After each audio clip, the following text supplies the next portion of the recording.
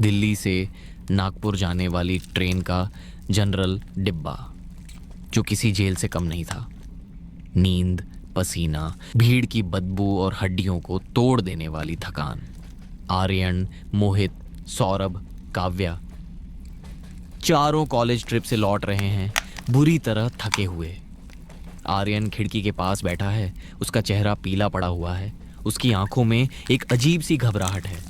आर्यन बेचैनी से अपना गला पकड़ते हुए कहता है, यार मुझे ठीक नहीं लग रहा, अजीब सी उलझन हो रही है, जैसे दम घुट रहा हो। तभी मोहित नींद में झुंझलाते हुए कहता है, सो जा भाई, जनरल डिब्बे में और क्या 5 स्टार वाली फीलिंग आएगी।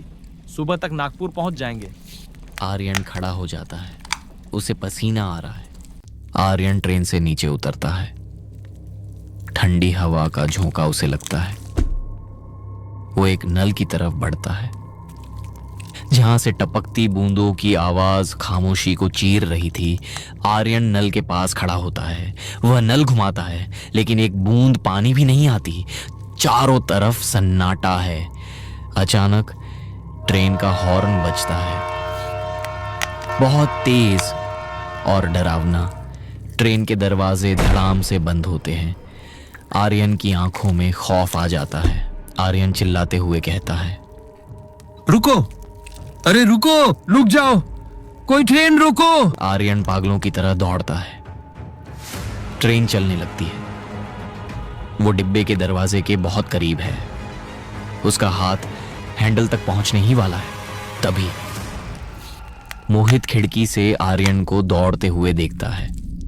वो घबरा कर इमरजेंसी चेन की तरफ हाथ बढ़ाता है कि तभी टीसी गुस्से में चिल्लाते हुए, ओए, क्या कर रहा है? चेन खींची तो सीधा केस बनेगा। बिना इमरजेंसी के ट्रेन रोकी तो जेल भी हो सकती है, और जुर्माना अलग। डिब्बे के दूसरे यात्री भी मोहित पर चिल्लाने लगते हैं, पागल है क्या, मरवाएगा सबको। रात भर यहीं खड़े रहना है क्या? मोहित का हाथ हवा में ही रुक जाता है। डर और पीयर प्रेशर उस पर हावी हो जाता है। ट्रेन तेज हो जाती है। आर्यन पीछे छूट जाता है। मोहित अब और बर्दाश्त नहीं कर पाता। टीटी के डर के बावजूद वो झटके से चेन खींच देता है। कुछ नहीं होता, ना कोई झटका, ना हवा निकलने की आवाज। चेन बिल्कुल ढीली पड़ जाती है, जैसे वो किसी चीज से जुड़ी ही ना हो। तभी टीटी हंसते हुए बोला, बेकार की मेहनत की तूने। ये जनरल डिब्बा है, इसकी इमरजेंसी लाइन बरसों से कटी पड़ी है। मोहित खिड़की से बाहर देखता है। स्टेशन तेजी से पीछे छूट रहा है। प्लेटफॉर्म पर आर्यन खड़ा है। अब वो दौड़ नहीं रहा, वो बस स्थिर खड़ा है। उसकी नजरें सीधे ट्रेन की तरफ हैं, जैसे उसे पता हो कि अब कुछ भी रुकने वाला नहीं है। उसका चेहरा कोहरे में गायब हो जाता है। आर्यन अकेला है। वो स्टेशन के उस हिस्से में जा रहा है जहां सबसे ज्यादा रोशनी है।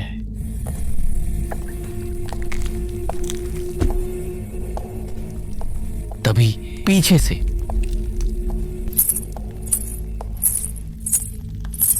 जैसे किसी के पायल या चेन के हिलने की आवाज आई। आर्यन डरते हुए धीरे धीरे पीछे मुड़कर देखता है। वहां कोई नहीं, कोहरा और गाढ़ा लगने लगता है। कौन है? कोई है क्या यहाँ? ऐसा कहकर आर्यन स्टेशन के अगले हिस्से में चला जाता है। आर्यन का दिल जोर से धड़क उठता है। अचानक लाउडस्पीकर के ऑन होने की कर्कश आवाज, यात्रीगण कृपया ध्यान दें, प्लेटफॉर्म नंबर 13 अकेले यात्रियों के लिए है। यहाँ आने वाले कभी वापस नहीं जाते। आर्यन चौंक कर ऊपर देखता है। एक जंग लगा हुआ बोर्ड लटक रहा है। उस पर लिखा है, प्लेटफॉर्म नंबर 13। एक पीली मटमैली लाइट बार बार झपक रही है। तभी आर्यन अपने आप से बड़बड़ाते हुए कहता है, प्लेटफॉर्म 13? लेकिन ट्रेन तो प्लेटफॉर्म 1 पर रुकी थी। वो अपना मोबाइल निकालता है। स्क्रीन पर लिखा है, नो नेटवर्क। तभी उसे अपने ठीक पीछे किसी के होने का एहसास होता है, जो उसे देख रहा है। धीमे कदमों की आवाज। हवा अचानक रुक जाती है। वो धीरे धीरे पीछे देखने की हिम्मत करता है और पीछे देखता है तभी एक सूखी थकी हुई बूढ़ी आवाज सीधे उसके कान के पास। ट्रेन छूट गई बेटा। आर्यन देखता है एक बूढ़ा स्टेशन मास्टर खड़ा है। उसकी वर्दी बहुत पुरानी है, जगह जगह से फटी हुई। उसकी आंखों में कोई पुतलियां नहीं, सिर्फ सफेद मरी हुई चमक। वो बिना पलक झपकाए आर्यन को घूर रहा है। आर्यन डरते हुए बोला, जी वो अगली ट्रेन कब है? मुझे नागपुर जाना है। स्टेशन मास्टर एक डरावनी मुस्कान के साथ कहता है, अगली ट्रेन? यहाँ अगली ट्रेन आती नहीं बेटा, सिर्फ लाती है। स्टेशन मास्टर धीरे धीरे कोहरे में पीछे हटता है और गायब हो जाता है। आर्यन उसे रोकने की कोशिश करता है लेकिन वो जा चुका है। आर्यन घबराहट में प्लेटफॉर्म पर चलने लगता है। वो प्लेटफॉर्म खत्म ही नहीं हो रहा। वो अपनी घड़ी देखता है। घड़ी में समय है 2:08 हो चुके थे। आर्यन चलता रहा। उसे लगा शायद आधा घंटा बीत गया, लेकिन जब उसने दोबारा घड़ी देखी, घड़ी में समय अब भी वही है, 2:08। आर्यन पागलों की तरह घड़ी ठोकते हुए कहता है, चल क्यों नहीं रही? क्या हो गया है इस जगह को? उसे प्लेटफॉर्म के कोने में कुछ लोग दिखाई देते हैं। वो उनकी तरफ दौड़ता है। एक आदमी सिर पकड़कर बैठा है। एक औरत बैठकर रो रही है। तभी आर्यन कहता है, हेलो अंकल, क्या आप बता सकते हैं ये कौन सी जगह है? आदमी बिना सिर उठाए एक ही रट लगाए हुए है। मैं बस पानी लेने उतरा था, बस पानी लेने, तभी ट्रेन चल पड़ी। तभी औरत सिसकते हुए, मेरे बच्चे इंतजार कर रहे होंगे, मैं ट्रेन में चढ़ ही रही थी, तभी दरवाजा बंद हो गया।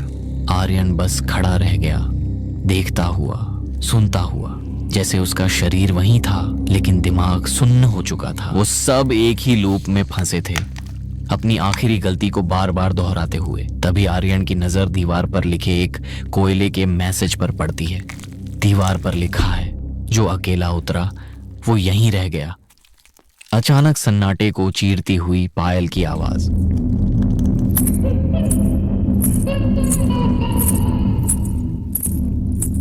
तभी आर्यन इधर उधर देखता है, कोई नहीं होता।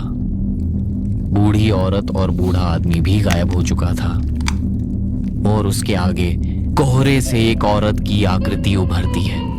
लाल साड़ी, चेहरा बालों से ढका हुआ, वो आर्यन की तरफ बढ़ रही है। आर्यन का पूरा शरीर डर के मारे सुन्न पड़ गया। उसने ध्यान से देखा, उस औरत के पैर जमीन को छू नहीं रहे थे, वो हवा में तैर रही थी। औरत हंस रही थी या रो रही थी, आर्यन कुछ समझ नहीं आ रहा था, लेकिन उसकी आवाज बेचैन करने वाली थी। तभी औरत आर्यन से कहती है, तुम्हें घर जाना है? आर्यन रोते हुए हाथ जोड़कर कहता है, हाँ प्लीज मुझे जाने दो, मेरे दोस्त मेरा इंतजार कर रहे हैं। औरत अब पहले से ज्यादा सामने आती है, पहले से ज्यादा साफ और पहले से ज्यादा डरावनी। उसका चेहरा अब थोड़ा दिख रहा था, आंखें काली, भीतर धंसी हुई, नाक गायब, मुंह फटा हुआ जैसे किसी ने चीरा हो, लेकिन सर के बाल चेहरे पर आए थे। औरत अपना हाथ आगे बढ़ाती है। आर्यन कांपते हुए अपना हाथ उसकी तरफ बढ़ाता है, बस रखने ही वाला होता है। तभी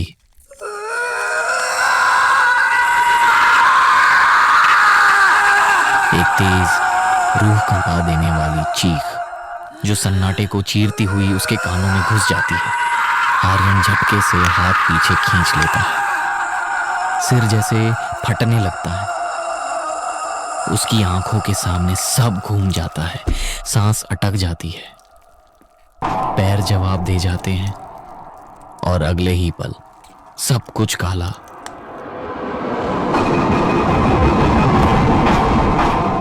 आर्यन को अचानक सब याद आने लगता है। 1 साल पहले उसी ट्रेन में आर्यन नींद में दरवाजे के पास खड़ा था। एक तेज झटका लगा, उसका संतुलन बिगड़ा, वो चलती ट्रेन से नीचे गिरा। तभी बेहोश पड़ा आर्यन उठ खड़ा होता है। आर्यन दहशत में अपनी बॉडी को देखता है और कहता है, नहीं,